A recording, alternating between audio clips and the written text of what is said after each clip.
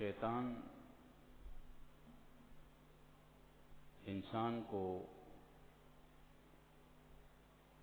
غم اور پریشانی میں ڈالنے کی کوشش کرتا ہے تاکہ مسلمان غمگین ہو جائے، پریشان ہو جائے،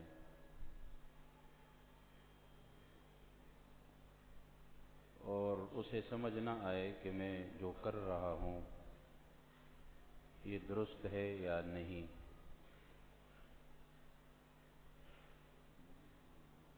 وہ اپنے اعمال سے، اپنے کردار و اخلاق سے اور دوسرے امور سے مطمئن نہ ہو۔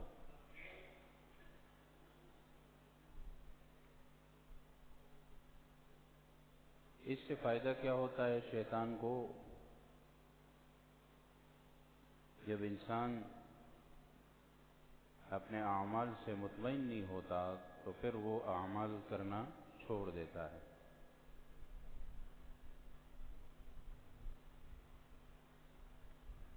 اور یہ چیزیں زیادہ تر نیک اعمال کی صورت میں آتی۔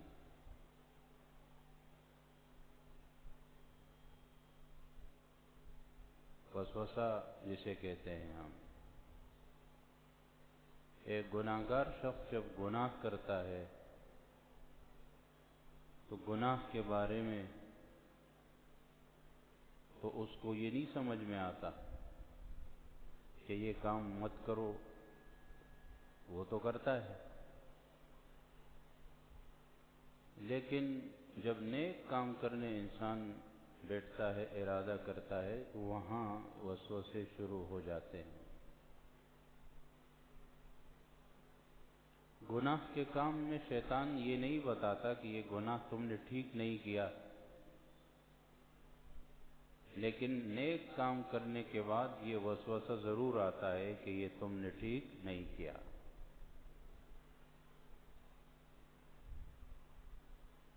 گناہ کے کام کے بعد یہ وسوسہ اس لیے نہیں آتا کہ اگر یہ وسوسہ آئے تو پھر انسان گناہ کرنا چھوڑ دے گا، بھئی جب ٹھیک نہیں ہوتا تو نہیں کروں گا۔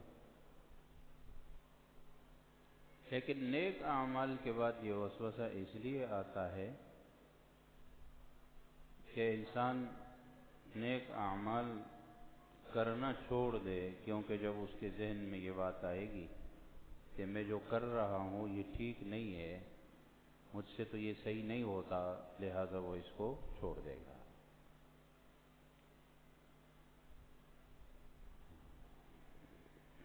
ایک ہوتا ہے وسوسہ اور ایک ہوتا ہے وہم۔ ماہ صفر المظفر کا ان چیزوں سے ایک خاص تعلق بھی ہے، کیونکہ جاہلیت کے زمانے سے اور آج بھی کچھ لوگوں میں سفر کے مہینے کے حوالے سے کچھ باتیں مشہور۔ سب سے پہلی بات تو یہ ہے کہ اسلام میں توہم پرستی کا کوئی ثبوت، کوئی اصل، کوئی بنیاد نہیں، اس لیے کہ اسلام تو عقیدہ توحید کی بات کرتا ہے، اور عقیدہ توحید کا مطلب یہ ہے کہ جو کچھ کر رہے ہیں، جو کچھ ہو رہا ہے، کرنے والا اللہ کی ذات، نفع نقصان کا مالک وہ ہے۔ میرا نفع نقصان اس میں نہیں ہے کہ میرے سامنے سے صبح بلی گزر گئی یا کوئی کالا پرندہ گزر گیا، میرا نفع نقصان اس چیز میں نہیں ہے۔ میرا نفع نقصان تو اللہ نے جو لکھ دیا ہے وہی ہے۔ جاہلیت میں بیت اللہ شریف خانہ کعبہ میں ایک تھیلا رکھا ہوا تھا جس میں اقلام، مختلف تیر رکھے ہوئے تھے، اور ہر تیر پر الگ الگ ایک مستقبل کی پیشنگوئی، ایک فال لکھا ہوا ہوتا تھا، جیسے آج کل لوگ لفافوں میں رکھتے۔ اور پھر ان تیروں میں سے کوئی تیر جب کوئی شخص کسی کام کا ارادہ کرتا تو اس میں سے کوئی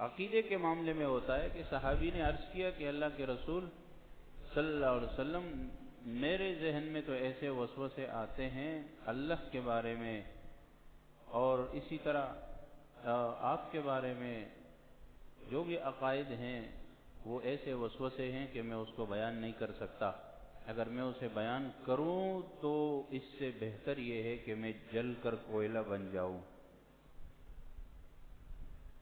تو نبی اکرم صلی اللہ علیہ وسلم نے جواب میں کیا ارشاد فرمایا؟ فرمایا ذالک صریح الایمان، یہی تو ایمان ہے۔ کہ حیرت کی بات ہے کہ اتنے خطرناک وسوسے آ رہے ہیں اور آپ نے فرمایا کہ یہ ایمان ہے۔ یہ ایمان کی نشانی ہے۔ یہ ایمان کی نشانی اس لیے ہے کہ چور اسی گھر میں گھستا ہے جس میں کچھ ہو۔ چور ڈاکو واردات وہیں پر کرتا ہے نا جہاں اس کو کچھ ملنے کی امید ہے۔ جہاں کچھ بھی نہ ہو، خالی کھنڈر ہو، اس میں چور کیوں جائے گا؟ کس چیز کے لیے جائے گا؟ اسی طرح شیطان حملہ بھی وہی کرتا ہے جہاں پر اس کو معلوم ہو کہ یہاں کچھ ہے۔ اگر آپ کو اس قسم کی بات آ رہی ہے تو اس کا مطلب یہ ہے کہ شیطان کو پتا ہے کہ اس کے دل میں ایمان ہے اور وہ آپ پر حملہ کرنا چاہتا ہے، آپ کے ایمان کو خراب کرنا چاہتا ہے۔ ورنہ کافر کو یہ شکایت یہ وسوسہ کرنے کی شیطان کی کوئی ضرورت نہیں۔ کافر کے دل میں یہ وسوسہ نہیں آئے گا اللہ کے بارے میں تو ویسے بھی کافر ہے۔ ورنہ شیطان ڈالے گا وسوسہ، کیونکہ وہ تو پہلے سے ان باتوں کو مان رہا ہے، شیطان کا تابعدار ہے، اس کو وسوسہ ڈالنے کی کیا ضرورت ہے؟ وہ ڈالے گا وسوسہ اسی کو جس کے دل میں ایمان ہے۔ اب ایمان والا پھر اس سے اپنے آپ کو کیسے بچائے گا؟ اس سے بچانے کا طریقہ بھی آپ علیہ الصلوۃ والسلام نے ارشاد فرما دیا کہ اس کو نظر انداز کرنا چاہیے، اس کی طرف توجہ نہیں دینی۔ بس آپ اپنا کلمہ پڑھیں، آمنت باللہ و ملائکتہ و رسولہ، کہ میرا ایمان اللہ پر ہے، اللہ کے ملائک پر ہے، رسولوں پر ہے، کتابوں پر ہے، بس جیسے ہے ویسے ہے میرا ایمان، جو بھی دل میں آئے وہ آتا رہے۔ یہ جب صحابی کے دل میں آتا ہے یا آ سکتا ہے جو پیغمبر کے براہ راست شاگرد ہیں، تو ہم اور آپ کہاں پر ہیں؟ تو اس لیے وسوسے آ سکتے ہیں۔ وسوسے کا آنا جو ہے وہ کوئی غلط چیز، ناممکن چیز اس لیے نہیں ہے کہ اس کا آنا انسان کے اختیار میں نہیں ہوتا، اس کا روکنا۔ یہ چیز جب خود بخود آ رہی ہے تو ہم اس کو کیسے روک سکتے ہیں؟ ہاں، ہم اس کو نظر انداز کر سکتے ہیں، ہم اس کی طرف توجہ نہیں دیں گے، ہم اسے مضبوط نہیں کریں گے تو وہ وسوسہ رہ جائے گا، ختم ہو جائے گا اور وہم کی صورت اختیار نہیں کرے گا۔ لیکن اگر اس وسوسے پر سوچ فکر اور اس کو بار بار اپنے سامنے لانے کا یہ انسان کے اختیار میں ہوتا ہے، اگر یہ انسان شروع کر دے تو پھر اس سے مضبوط وہم بن جاتا ہے، اور وہم کے بعد پھر آہستہ آہستہ وہ عقیدے کی، عمل کی خرابی کی صورت میں ظاہر ہوتا ہے۔ اسی چیز کا نام توہم ہے، اور وہم ہے جو توہمات موجود ہوتی ہے۔ اور اسی کو نبی اکرم صلی اللہ علیہ وسلم نے اس ارشاد سے منع فرمایا کہ قرآن کریم کی سورۃ الناس میں قل اعوذ برب الناس ملک الناس الہ الناس میں پناہ مانگی گئی ہے من شر الوسواس الخناس، کہ اس وسوسے ڈالنے والے شیطان کے شر سے اے اللہ میں پناہ مانگتا ہوں جو خناس ہے، یعنی اتنا مضبوط بھی نہیں ہے کہ ہم اس سے ڈریں۔ اگر ہم تھوڑا سا اس کے وسوسوں کے سامنے ڈٹ جائیں تو بس پھر کچھ بھی نہیں ہے، وہ پیچھے ہٹ جائے گا۔ اس کو پتہ چل جائے گا کہ یہ میری باتوں میں آنے والا نہیں ہے تو نہیں ڈالے گا وسوسہ۔ اور یہ آج کل ہر کسی کا مسئلہ ہے، وسوسہ آ رہا ہے کوئی بات نہیں ہے، اس کو پکا نہیں کرنا، اس کو بٹھانا نہیں ہے، آئے گا گزر جائے گا، اس کو روکنا نہیں ہے اپنے پاس۔ حضرت امداد اللہ مہاجر مکی صاحب رحمۃ اللہ علیہ کا خود واقعہ ہے، وہ کہہ رہے تھے کہ میں وضو کر رہا تھا، وضو کر کے نکلا تو خیال آیا کہ یہ میرا ہاتھ تھوڑا سا شاید خشک رہ گیا ہے. کہتے میں گیا دوبارہ دھو لی. پھر تھوڑی دیر بعد جب میں واپس آیا پھر خیال آیا کہ شاید دوسرا ہاتھ خشک رہ گیا ہے. دوبارہ گیا پھر میں نے دھو لیا. پھر اس کے بعد خیال آیا کہ شاید پاؤں خشک رہ گیا ہے. تو کہتے ایسے جب 2-3 دفعہ خیال آیا تو میں نے دل ہی دل میں کہا کہ اچھا تو یہ تم ہو, یہ شیطان ہے. کہتے ہیں کہ میں دل میں فرماتے ہیں کہ خیال آیا کہ یہ تو شیطان کا وسوسہ ہے. کہا کہ میں نے دل میں ارادہ کیا کہ آج تو اگر ایسا ہے نا تو بغیر وضو کی نماز پڑھیں گے, لیکن پڑھیں گے بس, اب دوبارہ مجھے کچھ بھی نہیں کرنا, واپس نہیں جانا ہے. وہ پتہ تھا کہ یہ شیطانی وساوس ہے. اب ایسی چیز ہوگی نا جب شیطان مایوس ہو جائے گا کہ بھئی ادھر تو میرا کام نہیں چلنے والا, وہ چھوڑ دے گا. ہم کیا کرتے ہیں کہ ہم اس چیز پر مسلسل عمل شروع کر دیتے ہیں. اگر 10 بار ہمارے ذہن میں آ رہا ہے تو ہم 10 بار جا کے وہ کام کریں گے. اگر 20 بار آ رہا ہے تو 20 بار کریں گے. اور وہ تو ادھر خوش ہو رہا ہوتا ہے, ہمارے نماز بھی خراب ہو رہی ہے, ہماری وضو بھی خراب ہو رہا ہے. اور جو 3 مرتبہ مسنون طریقہ ہے, جیسے 1 مرتبہ تو ضروری ہے, فرض ہے وضو کے اعضاء پانی پہنچانا, لیکن 3 دفعہ مسنون ہے, سنت ہے. 3 دفعہ سے زیادہ اسراف ہے, فضول خرچی ہے, جو کہ جائز نہیں ہے. جائز نہیں ہے. اس طرح کے وقف پانی جو ہوتا ہے نا, جو جیسے مساجد میں ہوتا ہے یا جو سب کے استعمال کی چیز ہے, اس میں تو بالکل بھی جائز نہیں ہے, کیونکہ یہ تو کسی کی ملکیت بھی نہیں ہے نا, اس پہ آپ کا کیا ہے. تو وقف چیز ہے, جتنا اجازت ہے اتنا استعمال کرو. لیکن کسی نے اگر اپنی قیمت میں اپنے پیسوں سے باقاعدہ بل دے کر پانی خریدا ہے اور اس خریدے ہوئے پانی کو سے وہ وضو کر رہا ہے, تو بھی 3 سے زیادہ اسراف ہے, گنہگار ہے. تو اس لیے وہ اگر یہ سوچ کر کرے کہ میں نے 3 دفعہ کر لیا ہے بس بات ختم ہو گئی, اب آتا رہے وسوسہ, 3 دفعہ صحیح طریقے سے کرے. یعنی 1 دفعہ دھوئے, اس کے بعد دوسری تیسری دفعہ, تاکہ دوسری تیسری سے شک ختم ہو جاتا ہے. اس کے بعد پھر کوئی ضرورت نہیں ہے. پھر اس سے مقابلہ ہو تو وہ مقابلہ پکا مقابلہ ہوگا, اس کے سامنے ڈٹ جانا ہے. یہاں تو بیماریوں سے لڑتے ہیں نا, کورونا سے ڈرنا نہیں ہے, لڑنا ہے. تو یہاں یہ لڑنا نہیں ہوتا, وہ تو اللہ کا حکم ہے. یہاں پر لڑو کہ شیطان سے ڈرنا نہیں ہے, لڑنا ہے. یہاں تو کوئی بھی نہیں بولتا, یہاں ڈرو نہیں لڑو. قرآن کریم کا حکم یہی ہے کہ شیطان وسوسے ڈالتا ہے, اس نے یہ کہا ہے کہ میں یہ کروں گا, اور اللہ نے بھی فرمایا تھا اس کو. قرآن کریم میں یہ بھی ہے کہ ثم لآتینہم من بین ایدیہم ومن خلفہم وعن ایمانہم وعن شمائلہم. یہ سب ہے کہ شیطان نے تو یہ کہا کہ میں انسان پر ہر طرف سے حملہ کروں گا, دائیں سے, بائیں سے, آگے سے, پیچھے سے, نیچے سے. یہ ہے, اوپر کا نہیں کہا. اوپر اللہ کی ذات نہیں, اوپر سے نہیں کر سکتا. دائیں بائیں, آگے پیچھے, نیچے, من تحت ارجلہم, کہیں سے. یہ میں کوشش کروں گا کہ یہ کسی بھی طریقے سے یہ میرے کنٹرول میں آ جائے. لیکن وہاں اللہ تبارک و تعالیٰ نے یہ بھی فرما دیا کہ ٹھیک ہے تم اپنی کوشش کرو, لیکن جو میرے بندے ہیں, جو میرے صحیح بندے ہیں, وہ تمہارے جال میں کبھی بھی نہیں آئیں گے. تھوڑی سی محنت کی ضرورت ہوتی ہے. اور یہ جو خناس کہا گیا ہے, اس کا مطلب یہ ہے کہ تھوڑا سا ڈٹ جانے کی صورت میں یہ آپ کے سامنے نہیں ٹک سکتا, لیکن تھوڑی سی محنت کرنی پڑتی ہے. اب جب کسی کو وسوسہ آتا ہے, شک شبے کی بات آتی ہے, تو وہ جب آ کر مسئلہ پوچھتا ہے تو اس کا خیال یہ ہوتا ہے کہ میں اپنے عالم سے مسئلہ پوچھوں گا, مطلب یہ ہے کہ وسوسہ مجھے ہے, بیماری مجھے ہے, اور اس کے علاج, اس کا پرہیز مولوی صاحب خود کرے.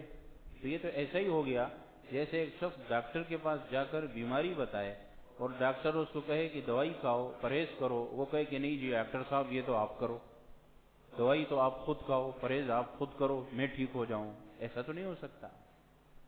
تو یہاں بھی اسی طرح ہے کہ جس کو وسوسہ آتا ہے اس کا علاج اسی کے پاس سے ہے. یعنی وہی اس کا پرہیز بھی وہ کرے گا اور دوائی بھی وہ خود کھائے گا. دوائی قرآنی صورتیں ہیں, آخری قل ہیں, خاص کر کے قل اعوذ برب الناس, یہ صورتیں ہیں, یہ اس کا علاج ہیں, آخری قل ہے. اور اسی طرح جتنی بھی اوراد و وظائف ہیں, مناجات مقبول ہیں, جتنی بھی دعاؤں کی کتابیں ہیں, اس کی پابندی ہو, منزل ہے, تو تو یہ سب چیزیں اس میں آ جاتی ہیں. یہ اس کا علاج ہے اور وہ اس کا پرہیز ہے کہ ان چیزوں سے اپنے آپ کو کنارہ کش رکھے، توجہ نہ دے، اس پر اپنے آپ کو پختہ نہ کرے، ورنہ پھر وہ وہم بن جاتا ہے، توہم کی صورت بن جاتی ہے، اور پھر اس میں یہ خیالات آ جاتے ہیں. پھر عقیدے پہ اگر پختہ خدا نخواستہ عقیدہ بن گیا اس طرح کا جس طرح شیطان خیالات ڈالتا ہے تو معاملہ خراب ہو گیا. اب تو اس کا عقیدہ ہی گیا، یہ تو سخت خطرے کی بات ہے. اگر اعمال میں ہے تو پھر اعمال گئے. اگر عقیدہ پختہ ہو گیا کہ جو ذہن میں شک شبہ آ رہا ہے یا تو وہ عمل چھوڑ دے گا یا کرے گا تو شک شبے میں کرے گا، اور شک شبے والا عمل جو ہے وہ پھر ایسے اللہ کے یہاں قابل قبول نہیں ہوگا. لہذا اس چیز کو اپنے طور پر اس مہینے کے حساب سے یہ جتنے بھی توہمات ہیں اس کی ابتدا میں نے عرض کیا کہ وسوسے سے ہوتی، اس کی طرف توجہ نہیں دینی ہوتی، اور مہینے کے حوالے سے جتنی چیزیں جاہلیت پہ مشہور، لا عدوہ ولا سفر ولا طیرتا، یہ سب جاہلیت کی باتیں تھی کہ وہ فال نکالتے تھے اور یہ کہتے تھے کہ ایک بیماری دوسرے کی طرف اپنی ذات کے اعتبار سے منتقل ہو جاتی ہے خود بخود. تو یہ خود بخود کا عقیدہ درست نہیں ہے، سب کچھ ہوتا ہے اللہ کی مرضی سے. اگر آپ کو بیماری سے ڈر لگ رہا ہے تو یہ خطرہ ہے، آپ کو احتیاط اپنی جگہ ہے، لیکن بیماری خود بخود منتقل ہو جائے گی یہ ضروری نہیں ہے، اللہ کے حکم سے ہوگا. اگر اللہ چاہے گا تو ہوگا ورنہ نہیں ہوگا. لیکن اس کا یہ مطلب نہیں ہے کہ انسان احتیاط نہ کرے، جہاں تک ممکن ہے احتیاط کرے، لیکن وہم کا شکار بھی نہ ہو، کیونکہ حد درجے کی احتیاط جو ہے وہ وہم کی صورت بن جاتی ہے. جیسے میں نے عرض کیا کہ وضو کے معاملے میں ایک انسان احتیاط کرتا ہے کہ میں 1 دفعہ دھوتا ہوں، 2 دفعہ دھوتا ہوں، 3 دفعہ، 4 دفعہ، 5 دفعہ، وہ وہم بن جاتا ہے، بیماری. اسی طرح اگر آپ کو بیماری سے احتیاط کی بات آ گئی کہ آپ احتیاط کریں احتیاط کریں، اب وہ ہاتھ بھی دھو رہا ہے، چہرہ بھی دھو رہا ہے، منہ بھی بند رکھا ہوا ہے، گھر کے اندر کے کونے پر بیٹھ کر بھی اس کو ماسک پہنا ہوا ہے، یہ بیمار ہے، وہم کا بیمار ہے، یہ پاگل ہے، یہ احتیاط نہیں ہے، یہ اپنے آپ کو خراب کر رہا ہے. ایسے زندگی کیسے جیے گا؟ زندگی ایسے تو نہیں جی جائے گی نا، گھر سے باہر نکلنا ہوگا. ہاں، جہاں پر ایک چیز کے انتقال کا منتقل ہونے کا اندیشہ ہوتا ہے نا، جیسے رش ہوتا ہے، جیسے بند جگہ ہوتی ہے، یہ تو ڈاکٹر خود یہی کہتے ہیں کہ بھائی یہ جو بیماری ہے یا آج یہ کورونا وغیرہ یہ منتقل ہوتی ہے، تو ایسے کوئی بند جگہ ہو جہاں پر بند جگہ میں لوگ ایک دوسرے کے قریب ہوں اور ایک دوسرے کی سانس اور ایک دوسرے کی جو منہ کے اور ناک کے ذرات ہیں وہ ایک دوسرے تک پہنچ رہے ہوں، اور پھر وہ ذرات وہاں تک جائیں گے اور پھر اس کے بعد وہاں پر کام کریں گے. اور پھر بھی ضروری نہیں ہے کہ ہر آدمی بیماری کا شکار ہو. اگر کوئی اس بیمار کا خدا نخواستہ شکار ہوا اور پھر اس کی ذرات نکلے اور پھر وہ وہاں گئے اور اس کے بعد پھر وہاں وہ یہ بھی ضروری نہیں ہے کہ وہ وہاں پر پڑے رہیں گے. انسان وضو کرتا ہے، ہاتھ منہ دھوتا ہے، چہرہ دھوتا ہے، وہ بھی ختم ہو جاتے ہیں، لیکن وہ پڑے رہے، یہ بھی ہم نے فرض کیا، وہ بھی ہم نے فرض کیا. اس کے بعد پھر وہ اس کی عمر کا مسئلہ ہے، اس کی دیگر چیزوں کا مسئلہ ہے، دیگر بیماریوں کا مسئلہ ہے. پھر ہو سکتا ہے کہ وہ ایسے ہی وہ پتہ بھی نہ چلے، بیماری ہو بھی تو گزر جائے، پھر ہو بھی نظر بھی آئے، علامات بھی آئے، اس کے باوجود بھی خود بخود ٹھیک ہو گئی، ایسا بھی ہو سکتا ہے. پرہیز کے ساتھ بھی ٹھیک ہو سکتی ہے. پھر اس کے بعد اگر زیادہ ہوئی تو بھی علاج ہو جاتا ہے کہ ٹھیک ہو جاتا ہے انسان، کیونکہ ٹھیک ہونے والوں کی تعداد تو زیادہ ہے، 98% ہے، اور مرنے والوں کی تعداد جو ہے 1 یا 1.5% ہے یا 2% سمجھ لیں. تو ان تمام تر صورتوں کے بعد جا کر کے وہ آخر میں جا کے کسی انسان کے موت کا سبب بنے یا نہ بنے، وہ سب چیزیں تو بعد کی باتیں ہیں. اتنی ساری چیزوں کے لیے، اتنی لمبی چوڑی کہانی کے لیے، اتنی احتیاط کے لیے ایک انسان جو ہے وہ اتنا زیادہ اپنے آپ کو وہم کا شکار بنا لیتا ہے، تو یہ طریقہ کار بھی شریعت کے مناسب نہیں ہے. شریعت نے احتیاط کا درس دیا ہے، احادیث میں موجود ہے. نبی اکرم صلی اللہ علیہ وسلم نے صحابہ کرام کو دوائیاں بھی بتائیں، جڑی بوٹیاں بھی بتائی، پرہیز بھی بتائی، سب چیزیں بتائیں، لیکن احتیاط بھی بتائی، سب چیزیں بتائی. لیکن اس کے باوجود اس طرح جو توہمات کا مسئلہ ہے نا، ساتھ ساتھ میں عقیدہ بھی بتایا کہ عقیدہ اللہ پر ہونا چاہیے. اگر مجھے کچھ ہوگا تو اللہ کے حکم سے ہوگا، اس کے بعد میں ٹھیک ہوں گا تو بھی اللہ کا حکم ہوگا تو ٹھیک ہو جاؤں گا، نہیں ہوگا موت ہوگی تو دنیا سے چلا جاؤں گا۔ اور یہ بیماری صرف اس موت سے ہے، موت صرف ایک ہی بیماری سے ہوتی ہے یا بیماری سے ہی صرف ہوتی ہے، سیدھے سیدھے لوگ نہیں گر کر مر جاتے۔ تو یہ مسئلہ نہیں، موت سے ڈر جو ہے، موت سے ڈر کا یہ عنصر، یہ چیز کہاں سے آ گئی؟ سب سے بنیادی طور پر یہ چیز قرآن کریم سے جو ثابت ہے کہ موت سے ڈر جو ہے یہودیوں سے آیا ہے۔ جو قرآن کریم میں ان سے جب مقابلے کی بات آئی نا، تو قرآن کریم میں موجود ہے کہ اللہ تبارک و تعالیٰ نے رسول اللہ صلی اللہ علیہ وسلم سے ارشاد فرمایا کہ آپ ان سے یہ کہیے، ان کو یہ چیلنج دیجئے کہ اگر تم لوگ اپنی بات میں سچے ہو تو اپنے لیے موت مانگو، تم کہو کہ اے اللہ ہم پر موت آ جائے۔ تو وہ اتنا ڈرتے تھے کہ وہ یہ بھی نہیں کہہ سکتے تھے بھائی موت تو، حالانکہ موت تو آنی ہے نا ایک دفعہ، لیکن وہ نہیں کہہ سکتے تھے۔ تو اس لیے یہ حالت سب سے زیادہ ڈرنے والے موت سے وہ لوگ تھے۔ اس کے بعد پھر دوسری بھی، یعنی موت سے تو ہر انسان گھبراتا ڈرتا ہے کہ میں مر نہ جاؤں، چاہے کوئی 100 سال کا ہو تو پھر بھی وہ اس امید پر رہتا ہے کہ تھوڑی عمر اور مل جائے گی۔ ٹھیک ہے، موت تو موت ہے، لیکن مسلمان تو یہ عقیدہ رکھتا ہے نا کہ بھائی ایک دن مرنا ہے، اب ہو بعد میں ہو، جب بھی اللہ نے لکھا ہو مجھے مرنا ہے۔ غیر مسلم کا عقیدہ یہ ہے کہ وہ دوائیوں پر عقیدہ رکھتا ہے، کہ وہ کہتا ہے کہ بھائی میری موت تب آئے گی جب میں بے احتیاطی کروں گا، جب میرا علاج نہیں ہوگا صحیح، جب ڈاکٹر صحیح کامیاب نہیں ہوگا تو میں مر جاؤں گا، ورنہ اگر میرا صحیح علاج ہو گیا یا صحیح سب کچھ ہوا میرا تو میں نہیں مروں گا۔ ہمارا عقیدہ یہ نہیں ہے، ہمارا عقیدہ یہ ہے کہ آپ کا علاج بھی صحیح ہو رہا ہو، آپ کے پاس پیسہ بھی ہو، آپ مالدار بھی ہو، آپ اچھے اسپتال میں بھی ہو، بلکہ آپ خود بھی ڈاکٹر ہو، لیکن اس کے باوجود بھی جب موت لکھی ہوگی تو آپ اس دنیا سے چلے جاؤ گے۔ لیکن اگر موت مقرر نہیں ہے تو غریب بیچارے سیدھے سادے لوگ بھی وہ سخت سے خطرناک بیماریوں کا علاج کر کے ٹھیک ہو جاتے ہیں۔ تو یہ ہے کہ یہودیوں سے یہ آئی، اور اب یہود کا سارا زور اسی پر ہے، وہ تو اس پر بھی تحقیق کر رہے ہیں کہ کسی طریقے سے ہم انسان کی زندگی بڑھائیں، موت کا کوئی علاج بھی سامنے آ جائے۔ موت کے بارے میں بھی وہ تحقیقات میں لگے ہوئے ہیں، لیکن نہیں کر پائے ابھی تک۔ تو یہ تحقیقات ان کی ہے کہ وہ کہتے ہیں کہ وہی موت سے جان چھوٹے۔ تو یہ جو مسلمان کے ذہن میں ہے نا کہ ڈرنا نہیں ہے، لڑنا ہے، یہ کرنا ہے، وہ کرنا ہے، یہ کہتا ہے کہ اس سے میں موت سے بچ جاؤں گا، اس سے آپ موت سے نہیں بچ سکتے، موت سے نہیں بچ سکتے۔ موت آئے گی، ویسے بھی آئے گی۔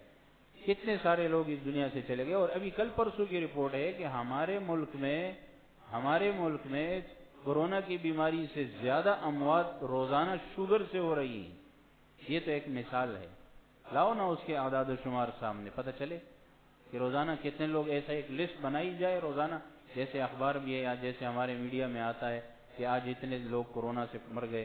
ایک لسٹ ہونی چاہیے کہ آج اتنے کورونا سے مرے، اتنے شوگر سے مرے، اتنے فالج سے مرے، اتنے دل کے دورے سے مرے، اور اتنے جو ہے وہ ہیپاٹائٹس سی ارکان سے اور جگر کے عارضے سے مرے، کینسر سے مرے۔ او بناؤ لسٹ، جب یہ لسٹ بنے گی تو آپ کو اندازہ ہوگا۔ لیکن بس ہوتا ہے کہ جب کوئی چیز سامنے آتی ہے تو پھر اس کا اپنا مقصد ہوتا ہے، باقی چیزیں اپنی جگہ ہے۔ پھر لوگ کہتے ہیں کہ بھئی اس کے تو ویکسین ہے، ان کی تو ویکسین نہیں ہے۔ ویکسین نہیں ہے تو علاج تو ہے، تو اس کی علاج کراؤ، اس کے علاج کے لیے فنڈ رکھو، اس کو لوگوں کے سامنے رکھو، اس کے لیے خرچہ کرو تاکہ وہ چیزیں لوگوں کے پاس پہنچے، لوگ علاج کرا سکیں ان بیماریوں کا۔ ان کے لیے کوئی شعور اجاگر کرو، لوگوں کو معلوم ہو کہ بھئی وہ ان بیماریوں سے بچاؤ اختیار کرے۔ وہ سال میں کوئی دن آتا ہے، اس دن وہ ڈاکٹر جمع ہو جاتے ہیں، کوئی ان کا پروگرام ہو جاتا ہے ایک ایئر کنڈیشن کمرے کے اندر، اس میں لوگوں کو بتاتے ہیں کہ بھئی